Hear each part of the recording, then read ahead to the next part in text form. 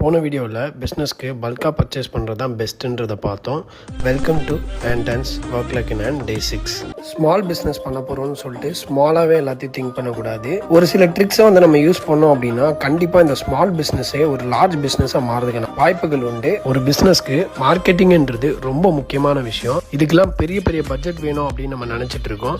ஆனால் அது கிடையவே கிடையாது. பட்ஜெட்டே இல்லாமல் நம்ம ப்ராடக்ட்டை ஈஸியாகவே மார்க்கெட்டிங் பண்ணிட முடியும். ஃப்ரீ மார்க்கெட்டிங்காக நம்ம இன்ஸ்டாகிராம் பிளாட்ஃபார்மே எடுத்துக்கலாம். பட் ஆனால் எல்லாரும் சொல்லுவாங்க டெய்லி கன்சிஸ்டண்டாக வீடியோ போடணும் அப்படின்னு சொல்லுவாங்க. என்ன பொறுத்தளவுக்கு டெய்லி வீடியோ போடுறது முக்கியம் இல்லை, குவாலிட்டியாக ஒரு சில வீடியோஸ் போட்டாலே கண்டிப்பாக ரீச் கிடைக்கும். இன்ஸ்டாகிராமில் வீடியோ போடுறதுக்காக இந்த மாதிரி ஒரு கேமரா ஸ்டாண்ட் வாங்கினேன். இது எப்படி இருக்குது அப்படின்றத கமெண்ட் பண்ணுங்கள். இந்த வாட்டி தெரிஞ்சோ தெரியாமலோ உங்களோட ஃபீல்டில் வந்திருக்கேன். பட் ஆனால் அடுத்த வாட்டி நான் வருவேனான்னு தெரியாது. ஸோ ஃபாலோ பண்ணிக்கோங்க.